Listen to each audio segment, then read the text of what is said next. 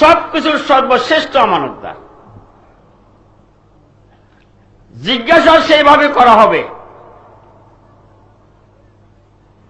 রাসূল করিম সাল্লাল্লাহু আলাইহি ওয়াসাল্লাম উম্মতকে এই শিক্ষাই দিয়েছিলেন, জগদুল হুজুরের শিক্ষাপ্রাপ্ত সাহাবায়ে কেরামের যুগ সর্বশ্রেষ্ঠ যুগ হিসাবে আরশে আজিম থেকে সার্টিফিকেট পাওয়া গেছে। আমানতদারি কত সূক্ষ্মভাবে, কত মজবুতভাবে তাঁরা সংরক্ষণ করেছিলেন।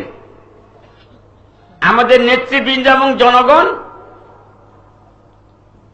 শিক্ষা পাওয়ার উদ্দেশ্যে আমি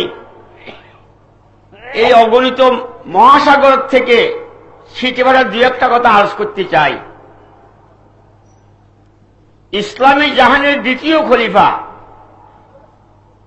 আমিরুল মুমিনিন হযরত ফারুক আযম রাদিয়াল্লাহু তাআলা আনহু 10টি বছর তিনি খেলাফতের কাজ আঞ্জাম দিয়েছেন। তার খেলাফতের শেষ ভাগে ইসলামী রাষ্ট্রের আয়তন হয়েছিল 22.5 লক্ষ বর্গ মাইল। এই 10 বছর মধ্যে কোন একটা রাজ্যের পিঠখান বিছানায় দেখে নেই, এত পেরেশান। জোহরের পর 1 ঘন্টা বিশ্রাম নিতেন, ঘুমাইতেন, বাকি 23 ঘন্টা আল্লাহর ইবাদত আর জনগণের আমানত সংরক্ষণের জন্য ব্যয় করছেন। এক রাতের ঘটনা ইতিহাসে আছে। সেদিন মদিনার আকাশ মেঘাচ্ছন্ন, গুড়ি গুড়ি বৃষ্টি, ফিনফিনে বাতাস, কনকনে শীত। যেদিন বেশি শীত পড়ে একটু ভালো কাপড় চোপড় জড়ায় শুতে ফেললে আরামের ঘুম হয়। সমস্ত মদিনাবাসী ঘুমের ঘোরে নিমজ্জিত। যে দুটি চোখে ঘুম নাই, ইসলামী জাহানের সর্বশ্রেষ্ঠ আমানতদার হযরতে ফারুক আযম রাদিয়াল্লাহু তাআলা।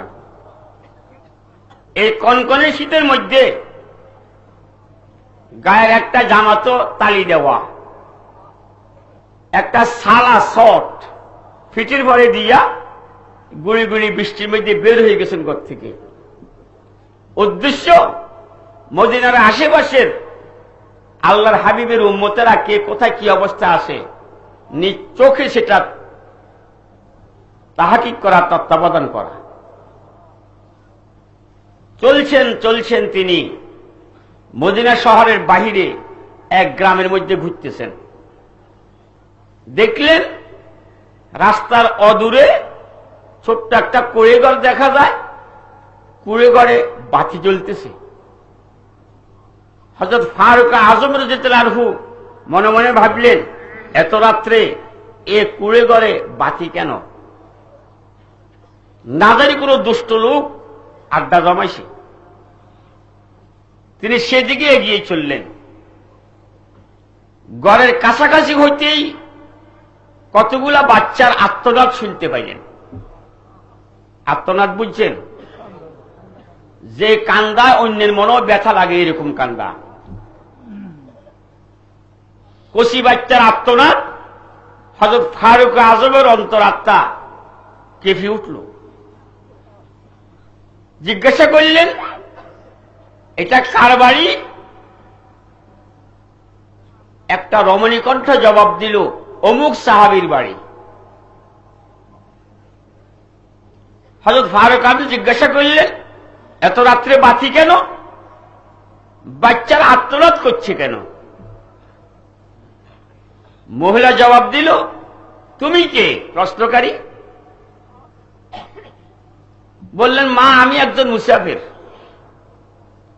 রাস্তায় যাওয়ার পথে বাচ্চাদের করুণ কান্না শুনে মনে বড় ব্যথা লাগলো, তাই জিজ্ঞাসা করতেছি ব্যাপারটা কি, বাতি বা জ্বলছে কেন? মহিলা উত্তর করে, বাবা মুসাফির, তোমার পথে তুমি চলে যাও, আমার ঘরে কি হচ্ছে না হচ্ছে এটা জিজ্ঞাসা করে আমাকে আর কাঁদাইও না। আমার মনের ব্যথা আমি বলতে পারবো না, বলতে গেলে আদালতে আমার জিহ্বা কাটা যাইতে পারে। কাজে এই কথা বলার দুঃসাহস আমার কাছে নাই। তুমি বাবা মুসাফির তোমার রাস্তায় চলে যাও, আমাকে বিরক্ত করো না। হযরত ফারুক আজম বললেন, মা, কচি বাচ্চাদের কান্না শুনি মনে বড় ব্যথা জাগছে, তুমি কোনো ভয় করো না, ওয়াদা করতেছি আমার দ্বারা তোমার কোনো ক্ষতি হবে না, যদি পারি তোমার কিছু উপকার করব। বলো, বাচ্চাগুলা কাঁদছে কেন? এত রাতে বাতি জ্বলছে কেন? মহিলা তখন বলে, বাবা মুসাফির, তাহলে শোনো, আমার স্বামী অমুক সাহাবী, অমুক যুদ্ধে তিনি শহীদ হইয়া গেছেন। আমার শহীদ স্বামীর 3টা বাচ্চা আমার কাছে আমানত। বাচ্চাগুলো সবাই অপ্রাপ্ত বয়স্ক, কাজ করার মতো বয়স এখনো হয়নি। আজ 3 দিন 3 রাত আমার ঘরে কোনো খাবার নাই, বাচ্চাদের মুখে দিতে পারি এমন কিছুই আমার ঘরে নাই। এই কচি বাচ্চারা কতক্ষণ উপাস থাকতে পারে? সন্ধ্যা হইতে একটা বাচ্চা বেহুশ হয়ে গেছে, বাকি দুটো বলতেছে, মা খাবার দাও, আর সহ্য হইতেছে না। আমি তাদেরকে কি কোত্থেকে খাবার দেব? বাবা, যে আলো দেখতেছি এটা কোনো বাতির আলো নয়, আমার চুলার আলো। চুলার মধ্যে আগুন ধরাইছি, ডেক বসাইয়া পানি দিছি, আগুন দিয়া জাল দিতেছি, বাচ্চাদেরকে বলতেছি, বাবারা একটু ঘুমাও। এই যে মা পাক করতেছি, চুলার ডেক জাল দেখে বাচ্চারা মনে মনে খুশি। তারা একটু চুপ করল, তন্দ্রার মতো হইয়া পড়ল, আবার উঠে বলল, মা আর সহ্য হইতেছে না, তাড়াতাড়ি খাবার দাও। বলতেছি, বাবারা একটু ঘুমাও। এই যে মা ফাঁক করতেছি। বাবা মুসাফির, আমার চুলাতে পানি ছাড়া কিছু নাই, এইভাবে আমি খালি খালি পানি জাল দিয়া শহীদের বাচ্চাদের সঙ্গে প্রতারণা করতেছি। তাদেরকে বুঝ দেওয়ার আর কোনো বস্তু আমার হাতে নাই, তাই শুধু শুধু পানি জাল দিয়া প্রতারণা করতেছি। একটু আগে তারা তন্দ্রার থেকে উঠে বলে, মা জীবন বের হয়ে যেতে চায়, আর সইতে পারতেছি না, খাবার দাও। এই বলে তারা কাঁদতেছিল। যে কান্না বাবা মুসাফির তুমি শুনেছ, বাবা মুসাফির তুমি সাক্ষী থাকো। আজ যদি আমার একটা বাচ্চা এভাবে না খাইয়া মারা যায়, আজ যদি আমার একটা বাচ্চা এভাবে না খাইয়া মারা যায়, ময়দানে হাসরে খলিফা ওমরের গলায় গামছা লাগাইয়া আল্লাহর আদালতে আমি হাজির করব। শহীদের এতিম বাচ্চা না খেয়ে মারা গেছে, একটু খবর নিল না। হযরত ফারুক আজম বললেন, মা খলিফার অনেক কাজ, অনেক দিকে তাকে মাথা ঘামাতে হয়, দৌড়দৌড়ি করতে হয়, হাতে এদিকে আসার সুযোগ পাই নাই। তুমিও তো খবরটা দিতে পারতা যে অমুক জায়গার অমুক সাহাবীর এতিম বাচ্চারা 3 দিন 3 রাত না খেয়ে আছে। খবর দিয়ে নিশ্চয় খলিফা একটা ব্যবস্থা করতেন। এভাবে খবর না দিয়া বাচ্চাদেরকে যে কষ্ট দিতেছ, এই জন্য কি তুমি আল্লাহর কাছে দায়ী হবে না? বিধবা জবাব দিল, বাবা মুসাফির মনে কিছু নিও না, আমার মনে হয় তুমি একটা গণ্ড মূর্খ, এলিম কালাম তোমার কাছে কিছু নাই। আল্লাহ রসুল বলতে আমি শুনেছি যে দায়িত্বশীল হবে তার উচিত, তার দায়িত্ব জনগণের খবর নেওয়া, জনগণ নিজের খবর পৌঁছাইতে হবে। এই কথা আল্লাহ রসুল বলেন নাই। রসুল আকরাম সাল্লাল্লাহু আলাইহি ওয়াসাল্লাম যেই কথা বলেন নাই, এমন কথা বলি তুমি আমাকে দোষী করতে চাও? তোমার এখনো এলমে দিনের অভাব আছে। কার কাছে কইতেছে? স্বয়ং খলিফার কাছে। হযরত ফারুক আযম রাদিয়াল্লাহু আনহুর কথা ভাইলেন না, উদ্ভ্রান্তের মতো দৌড় দিলেন। রাতের তখন প্রায় 2টা-2:30 বাজে। দৌড়ে গিয়ে বাইতুল মালের সামনে চিৎকার দিয়ে বলেন, কোথায় আসা দারোয়ান, তাড়াতাড়ি চাবি নিয়ে আসো, বাইতুল মালের দরজা খোলো। খলিফার গুরু গম্ভীর আওয়াজ শুনে সব কর্মচারী, দারোয়ান সবাই উঠে গেল, ভয়ে কাঁপতেছে। ব্যাপার কি? এত রাত্রে বাইতুল মালের চাবি, দরজা খোলার নির্দেশ স্বয়ং খলিফা ওমর। দারোয়ান তাড়াতাড়ি দরজা খুলে দিল। হযরত ফারুক আযম রাদিয়াল্লাহু আনহু একটা আটার বস্তা মাথায় নেওয়ার জন্য টানাটানি করতেছে। আল ফারুক লেখে, হযরত ফারুক আযম রাদিয়াল্লাহু আনহু ধনীর ঘরের দুলাল, শিক্ষিত মানুষ ছিলেন, জীবনে বোঝা বহন করেন নাই। সুতরাং বস্তা মাথা তোলার জানা ছিল না, এলোমেলোভাবে টানাটানি করতেছেন, মাথা তুলতে পারতেছেন না। হযরত আসলাম রাদিয়াল্লাহু আনহু দৌড়ে আসলেন। কোন আসলাম? ফারুক আযমের গোলাম। এমন গোলাম বিনা শর্তে তাকে আজাদ করে দিছে। তুমি স্বাধীন মানুষ যাবে বসবাস করো। আসলাম বলেন, হুজুর,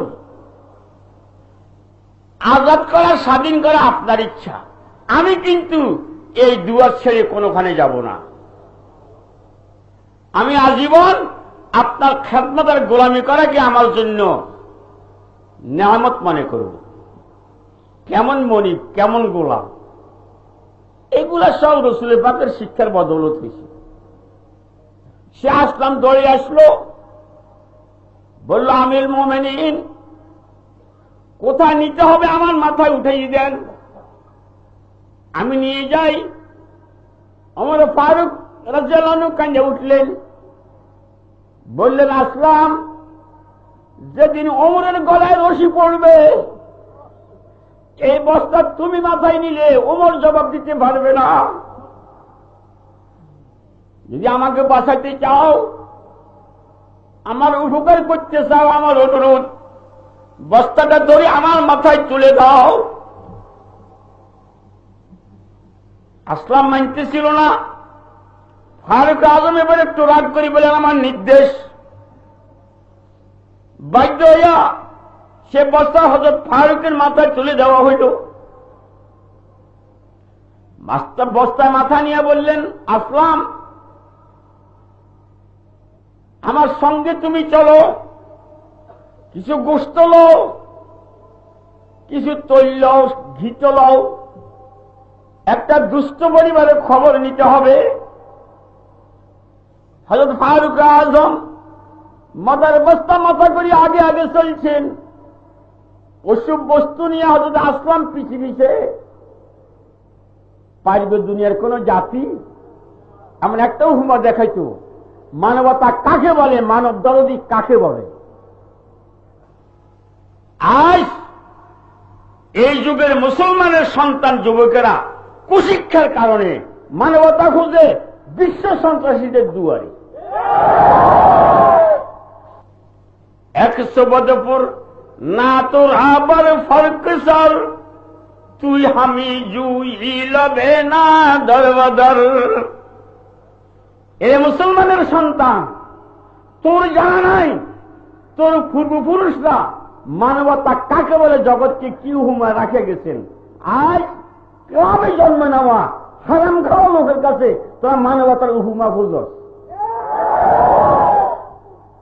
যথাসময় ফারুক আযম রাদিয়াল্লাহু আনহু সে বিধবার সামনে উপস্থিত, বললেন, মা, 3 দিন 3 রাত তোমরা না খাওয়া, পরিশ্রান্ত আর ক্লান্ত, তুমি একটু বিশ্রাম করো, হান্ডি পাতিলগুলো বের করে দাও, আটা এনেছি, গোশত এনেছি, ঘি তেল এনেছি, রুটি তৈরি করে কাবাব তৈরি করে তোমাদেরকে খাওয়াই যাব। বেচারি বিধবা বলে, বাবা মুসাফির, আল্লাহ তোমার হায়াত দারাজ করুন। দোয়া করতে করতে হান্ডি পাতিল বের করে দিল। হযরত ফারুক আজম চুলা তৈরি করলেন, আসলামকে বললেন তুমি রুটি বানাও, আমি চুলা গরম করি। আগুন জ্বালাইলেন। মাটির চুলা নতুন অবস্থায় সহজে আগুন ধরে না, একাতে সাহাবা কিতাবে আছে।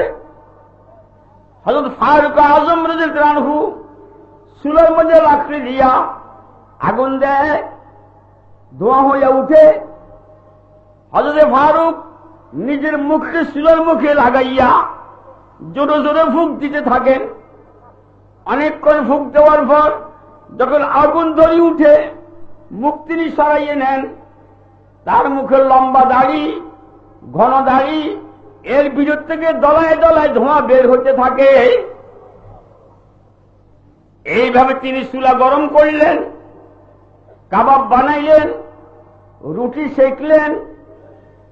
সে বিধবার ঘরে ঢুকিয়ে দিলেন, মা এই নাও গোশত কাবাব আর রুটি, বাচ্চাদেরকে নিয়ে আসা করি খাও। মহিলা বারবার বলতেছে, বাবা মুসাফির, তোমার ঋণ শোধ করতে পারবো না, আল্লাহ তোমার হায়াত দারাজ করুন। হযরত ফারুক আজম বললেন, আমি চলে যাচ্ছি, বাহিরে আরো কিছু আটা আছে, বস্তা আছে, গোশত আছে, ঘি আছে, তেল আছে, এগুলো ঘরে উঠাইয়া নিও। তখন পূর্ব দিগন্তে শুভ সাদেক দেখা দিছে। হযরত ফারুক আজম রাদিয়াল্লাহু আনহু কিছু দূর আসি দাঁড়িয়ে গেলেন। আসলাম বলতেছে, আমিরুল মুমিনিন, শুভ সাদেক হয়ে গেছে, মসজিদ নববীতে আপনাকে নামাজ পড়াইতে হবে, এখানে দাঁড়িয়ে কেন সময় নষ্ট করতেছেন? ফারুক আজমের দোনো চোখে পানি। বলতেছেন, ভাই আসলাম, এই জায়গায় দাঁড়িয়ে শহীদের বাচ্চাদের কান্নাকাটি আমি শুনেছি, তাদের কান্না শুনিয়া মনে আমার যে ব্যথা লাগছে। এখন খাওয়া দাওয়ার পর তারা একটু ফুর্তি করবে, হাসবে, তাদের সেই ফুর্তি আর হাসার শব্দ না শোনা পর্যন্ত ওমরের মনের ব্যথা যাবে না। কাকে বলে মানব দরদি আর গরিব দরদি? রাসূল আকরাম সাল্লাল্লাহু আলাইহি ওয়াসাল্লাম বলেছিলেন, আল্লাহুম্মা আইনি মিসকিনা ওয়াহমিতনি মিসকিনা ওয়াহশুরনি ফি যুমরাতিল মাসাকিন। সেই মিসকিন দরদি নবীর সচ্চা দরদ ওয়ারিস খোলাফায়ে রাশিদিন, তাদের সাথে জনদরদি আর মিসকিন দরদি কে হইতে পারে? সত্যিই বাচ্চারা খাওয়া দাওয়ার পর গুনগুন করতেছে, খুশি প্রকাশ করতেছে, বলতেছে, মা এই মুসাফিরের মতো ভালো মানুষ মতো দুনিয়াতে নাই। মা বলতেছে, বাবারা এটা কোনো মুসাফির না, আমার মনে হয় তোমাদের কিসমতের তোফাইলে তোমাদের কান্না কাটা শুনিয়া আল্লাহ পাক আসমান থেকে কোনো ফেরেশতা পাঠাই দিয়েছে। ফারুক আজম রাদিয়াল্লাহু আনহু পরে চললেন, বলে আলহামদুলিল্লাহ, এতক্ষণ আমার বুকের একটা পাহাড় সরে গেছে। মসজিদ নববীতে তিনি ফজর নামাজ পড়াইলেন। নামাজ শেষ করে মিম্বরে উঠি বসলেন, ঘোষণা করলেন, মুসলিয়ানে কেরাম, তোমাদের প্রত্যেকের প্রতি আমার অনুরোধ, মেহরবানি করে কেউ যাবে না, আজকে একটা জঘন্য আসামির বিচার হবে। সেই বিচার কার্যকরী না করা পর্যন্ত কেউ যেতে পারবে না। সব মুসলিমরা প্রমাদ করতে লাগলেন, ভীত হয়ে গেলেন, না জানি কে হতভাগা আসামি। খলিফার বাসা বলা হচ্ছে জঘন্য। তিনি তো একবার মানুষের খোঁজ খবরে নেন, না জানি কার কোন ত্রুটি তার চোখে ধরা পড়ে গেছে। এই জন্য সবাই ভীতিতে প্রকম্পিত, অস্থির।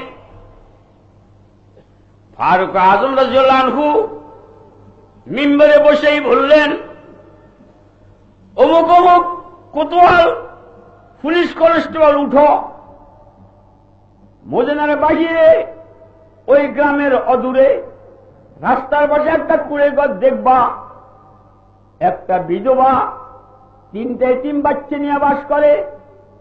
এক্ষুনি সেই বিধবা তার বাচ্চাদেরকে নিয়ে মসজিদ নববীতে হাজির করো। প্রথমে বলবে, আসতে না চাইলে অ্যারেস্ট করে আনবে। হুকুম মাত্র কোতোয়াল দৌড় দিল, যাইয়াই বিধবাকে বলল, আমির মুমিনের নির্দেশ, এক্ষুনি তোমাকে তোমার বাচ্চাদেরকে নিয়ে মসজিদ নববীতে হাজির হইতে হবে, না গেলে আমরা বন্দী করে নেব। বেচারি মহিলা এবার কাঁদতে লাগলো, অত্যন্ত ভীত হইয়া গেল।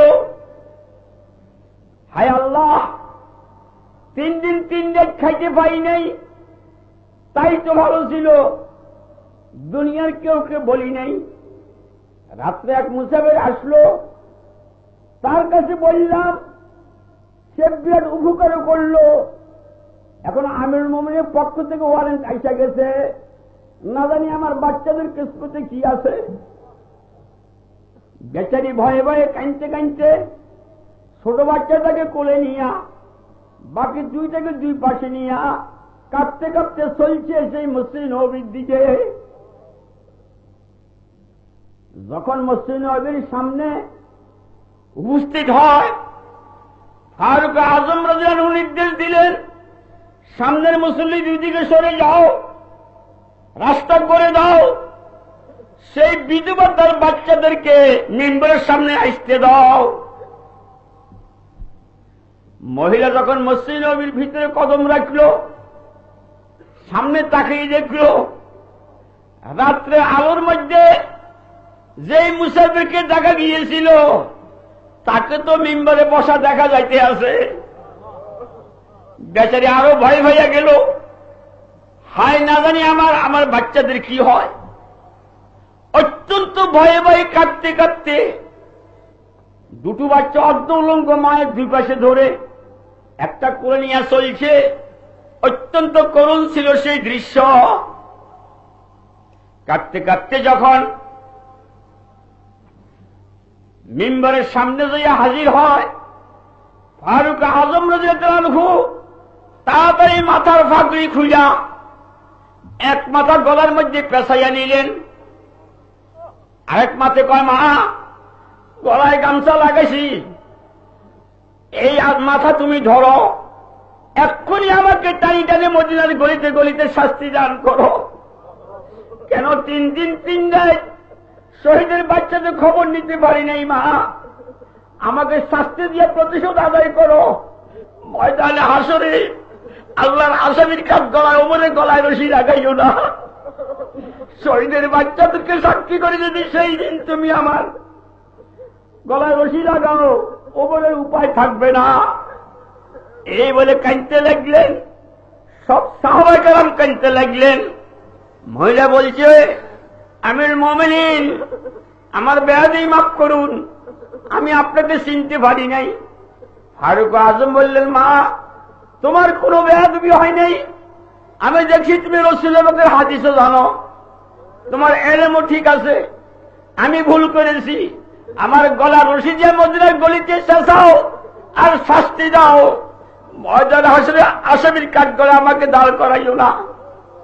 মহিলা কাঁদে উঠলেন, ওগো আমিরুল মুমিনিন, আমি এবার তিলে তিলে বুঝতে পেরেছি আল্লাহ রাসূল কেন বলেছিলেন, ওমর ফারুক আমার উম্মতের জন্য আল্লাহর রহমতের ছায়া। হুজুর, আপনার বিরুদ্ধে আমার কোনো অভিযোগ নাই, দুনিয়া তো নয় আখিরাতেও থাকবে না, আমি যে বেয়াদবি করেছি আমাকে মাফ করে দেন। ফারুক আজম তখন বল ফরমান, হে মুসলিম কেরাম, আমি এই খেলাবাদের যোগ্যতা রাখি না, এই আমানত আমি আর বহন করতে পারছি না, আমার থেকে এটা তোমরা নিয়ে কেউ কিছু খলিফা বানিয়ে নাও। এক সাহাবী তখন দাঁড়াইলেন, হাতে তলোয়ার নিয়ে বললেন, আল্লাহ রহমতের ছায়া আপনি যতদিন জিন্দা থাকবেন দুনিয়ার কেউকে আমরা আমিন মানতে রাজি না। হ্যাঁ, যদি হুজুরের সুন্নতের বরকেলা আপনাকে দেখি এই তলোয়ার দিয়ে সিধা করে দিব।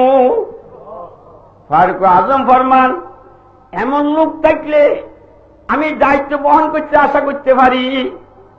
ইন্নাল্লাহ ইয়ামুরুকুম আন তুআদ্দুল আমানাতি ইলা আহলিহা।